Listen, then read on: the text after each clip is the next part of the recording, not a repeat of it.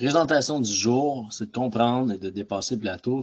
En fait, on va parler de plateau entraînement, plateau qui peut arriver lors d'une perte de gras ou overall, tu vas voir que ce qu'on partage peut aussi, en quelque sorte, être mis en corrélation avec des plateaux dans ta vie. Parce que la réalité, c'est que même si on vise une croissance qui serait linéaire ou continue, la vie dans la vie va nous emmener certains obstacles, certains défis, des fois des bâtons dans les roues, et il faut comprendre que ces choses-là sont normales. Même si ce serait fun si tout était facile et qu'on pouvait simplement claquer des doigts et arriver à nos résultats, la vie n'est pas comme ça. En entraînement, en alimentation, on va se concentrer sur ce côté-là, mais il faut comprendre qu'en fin de compte, c'est une étape normale du processus de ta transformation physique. Un peu comme, on donne l'analogie ici de monter un escalier. Donc, durant un moment, on va monter un escalier, il va y avoir d'autres moments où on va arriver sur un palier. Et par la suite, pour continuer l'ascension de cet escalier-là, on va juste repartir monter. J'ai souvent utilisé l'analogie de la montagne. Si, par exemple, tu t'en vas faire un hike, tu vas voir que pendant un bout, tu vas monter, puis tu vas arriver sur un plateau à un moment donné. Puis il va y avoir un sommet plus haut à quelque part que tu vas pouvoir te rendre. Sauf que pas pour rien que pour monter l'Everest, il y a des camps de base qui sont obligatoires. Tu sais, puis c'est une montagne, mais l'analogie est que c'est juste tout à fait normal.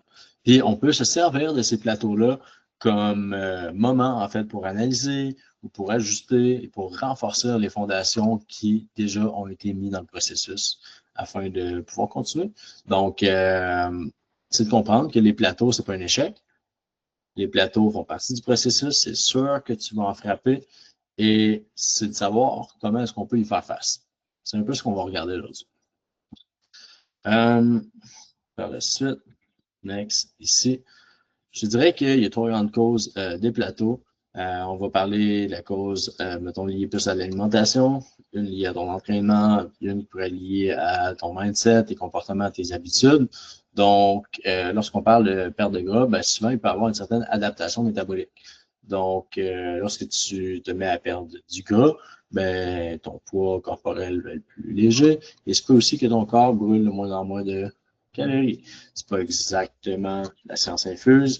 Il y a des virgules, encore une fois, des nuances de gris, de blanc dans tout ça, parce que tout dépendant de ta composition musculaire et de ton activité physique, X, Y, Z, ça peut changer, mais c'est de comprendre que par exemple, facile, si tu pesais 300 livres, puis que maintenant, tu en pèses 200, ça se peut fortement que ton corps a besoin de plus d'énergie pour te bouger à 300 livres qu'à 200. Juste un exemple comme ça. C'est un peu l'exemple. Là, je l'ai extrapolé. À la place d'avoir perdu 10 livres, perdu 100 livres. Donc, les chiffres ne sont pas les mêmes, mais c'est pour te donner une idée que ton corps va brûler moins de calories, étant donné que ça va lui demander moins d'énergie pour simplement vivre. Donc, l'adaptation métabolique, donc c'est pour ça qu'avec ton coach, c'est important de faire des micros-ajustements afin de s'assurer que tu continues de progresser. Tu peux aussi avoir le manque de constance. Exemple, le week-end, je suis tout le temps amené à avoir un événement à l'extérieur, voir de la famille, ou X, Y, Z, ou vu que j'ai pas ma routine de la semaine, j'ai l'habitude de tricher, c'est le genre de choses qui revient fréquemment. Donc, le manque de constance est une des plus grosses causes de plateau, en fait, d'échec ou de faire en sorte que les gens n'arrivent pas à leur objectif. Par contre, il y a possibilité de trouver un certain équilibre dans tout ça. C'est ce qu'on veut. Pour avoir tout ce qui est rapport aux facteurs hormonaux, le stress, le manque de sommeil, tout ce qui pourrait toucher à la digestion, toutes ces choses-là sont des points importants à prendre en compte, surtout lorsqu'on parle de perte de gras, afin de s'assurer que ton corps soit dans un bon stade afin de pouvoir faire sa perte de gras, en fin de compte. On parle de musculation, des plateaux qui feraient en sorte, exemple, que tu as de la difficulté à progresser, à surcharger, à prendre de la masse musculaire. Une des choses qui revient fréquemment, c'est que les gens ne font pas de surcharge progressive, ce qui veut dire que les gens vont au gym et font les mêmes exercices avec les mêmes charges de semaine en semaine. Si tu ne demandes rien de nouveau à ton corps, pour lui, c'est pas normal. En fait, ça ne sert à rien de créer du nouveau muscle. Ton corps, c'est une adaptation. Donc, il va s'adapter à ce que tu lui demandes. Si tu lui demandes rien de nouveau, à quoi bon pour lui? Tu sais, c'est bien plus facile pour lui de rester comme ça. Donc, c'est une des raisons pour laquelle la surcharge est hyper importante si tu veux être capable de progresser.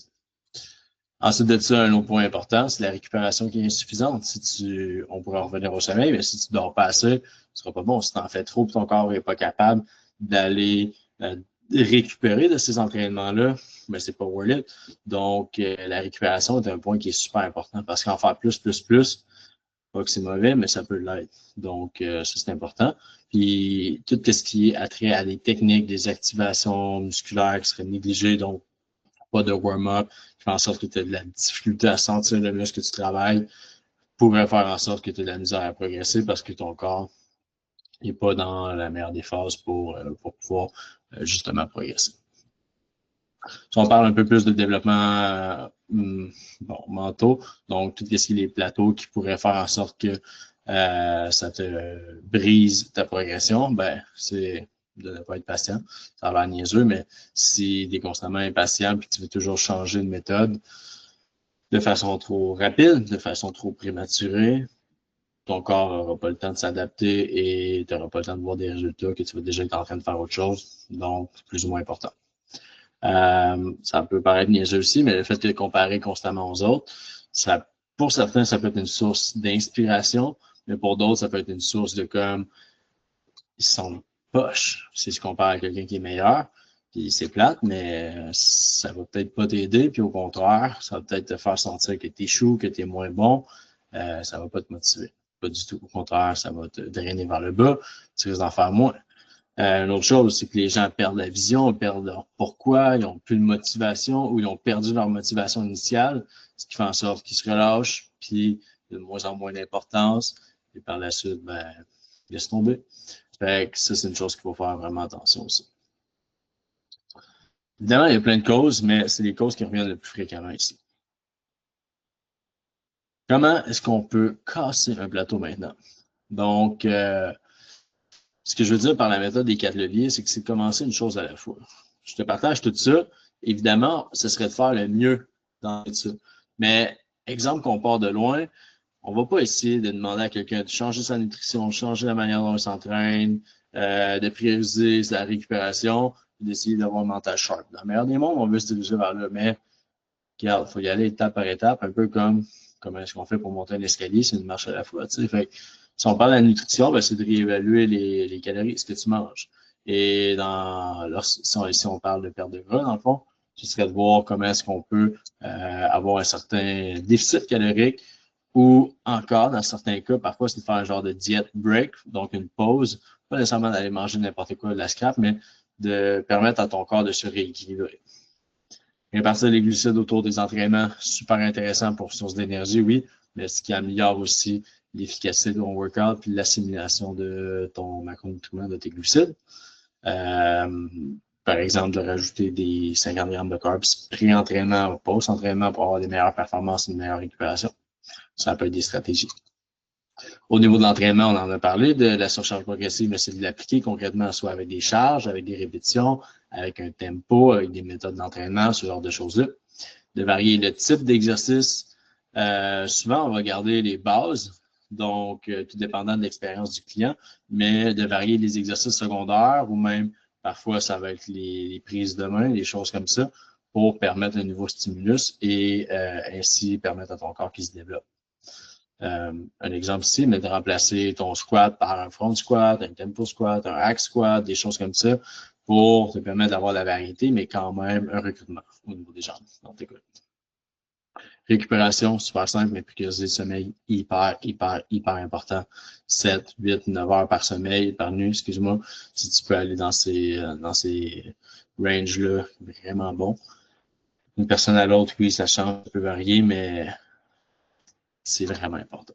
Intégrer des semaines de deload ou de décharge, diminuer le volume d'entraînement, pas nécessairement les charges, ça dépend, tu sais, mais diminuer le volume d'entraînement, il est super intéressant. À l'occasion, si ton corps en a vraiment besoin, je l'utilise avec certains clients, je l'utilise moins avec d'autres. Au niveau de la course, c'est quand même quelque chose que j'utilise beaucoup, qui est vraiment important. Au niveau de la musculation, on peut jouer juste avec le type de programme que tu fais, qui peut être intéressant. Donc, encore là, c'est propre à chacun. Et bien évidemment, si on peut trouver des trucs pour aider la gestion du stress au quotidien, parce que le stress chronique, c'est un des pires ennemis qu'on peut pas retrouver.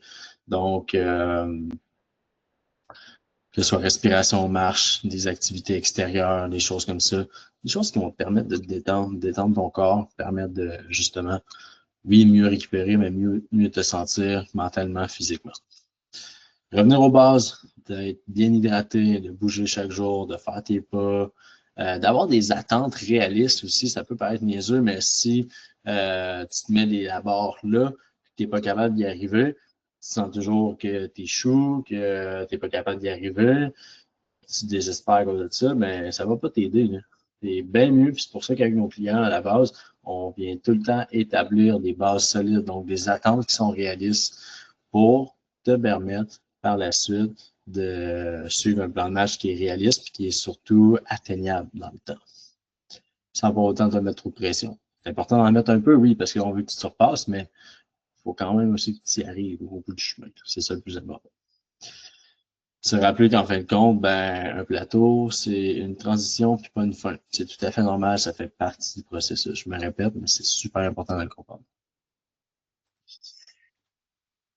J'ai pris en note quelques questions fréquentes qui reviennent. Donc, on s'est souvent en fait posé la question, bon, ça fait 3 semaines que mon poids est pareil sur la balance, est-ce que je dois réduire encore mes calories? Peut-être que oui, peut-être que non, mais pas forcément. Dans le fond, il faut revenir aux bases, vérifier d'abord la constance. Est-ce que le niveau de sommeil est one, niveau de stress? Puis à ce moment-là, des petits ajustements à la baisse ou à la hausse ou une petite pause en maintenance peut être une méthode qui serait efficace plutôt qu'une méthode drastique, mais avant même de penser à réduire, je regarde les bases et deuxième chose que je regarde, c'est toujours la quantité d'activité physique dans ta semaine. Parce que c'est beau de descendre les calories, mais il y a comme une limite que j'aime mieux ne pas franchir. Puis encore là, c'est que ça va dépendre de chaque personne. Pour certaines personnes, ça pourrait être 1500 calories. Pour d'autres, ça peut être 2300 calories. Tu sais, ça dépend de la morphologie, ton type de corps, ta grandeur, X, Y, Z. Mais j'aime garder une certaine structure qui est haute en calories, le plus haut qu'on peut pour avoir un déficit.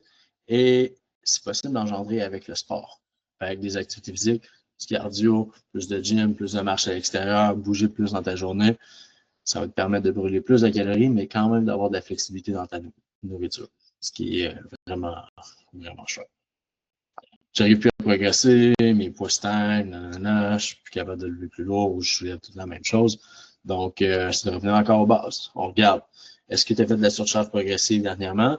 Puis, une des erreurs qui arrive aussi parfois, c'est que les gens vont starter avec un juste trop. Genre, ils commencent avec, on va dire, leur PR, leur charge maximum était 200 livres. Puis, ils commencent la semaine numéro 1 avec genre 190, 195. Ou tout de suite avec le 200 parce qu'ils savent qu'ils sont capables de faire 200. Donc, après ça, essayer de surcharger. Sur ça va être très difficile. Donc, souvent, c'est une méthode que je partage beaucoup, mais de commencer ton programme avec une légère deload. On va diminuer de peut-être 10, 15, jusqu'à 25 de la charge de travail. Donc, pendant les 2 à 3 premières semaines là, que tu vas faire ton programme, tes charges n'ont peut-être pas battu ce que tu faisais avant, sauf qu'après, étant donné qu'on fait une surcharge progressive, on est capable de briser ce plateau-là puis passer par-dessus. Donc, ça peut être vraiment intéressant. Il y a, je le répète encore, mais il y a, oui, de la charge qu'on peut progresser, mais il y a le nombre de répétitions, il y a le tempo, les méthodes d'entraînement qui peuvent changer. Donc, c'est toutes des formes de progression. Parfois, ce ne sera pas juste les charges qu'on va aller voir, mais ça va être ces autres choses-là. Répétition, tempo, qualité du mouvement, de ta technique. C'est tous des points qui sont super importants.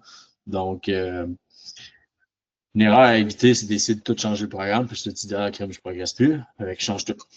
Ton corps, ça va lui prendre encore un petit bout avant de s'adapter, puis ça va être difficile pour lui. Fait que, souvent, là, on a des bases qu'on garde et on change, tantôt j'ai dit, mais des petits exercices accessoires pour s'assurer qu'il y a une progression là-dessus. Mais la base reste la base. Donc, je pense que ça fait le tour un petit peu sur la capsule d'aujourd'hui. Une chose à retenir, c'est que les plateaux vont faire partie du processus. Je le dis encore, là, mais c'est tout à fait normal. Et l'important, c'est de ne pas garder, de pas scraper, en fait, puis de pas se désespérer, puis juste de garder la constance, parce que la constance va toujours te permettre d'évoluer et d'aller plus loin. Fait que je pense que c'était la dernière slide, je me rappelle plus. Oh. Exact. So, si jamais tu as des questions ou tu aurais des commentaires sur ça, n'hésite pas à les poser. Et sinon, ben, on se voit dans une autre capsule.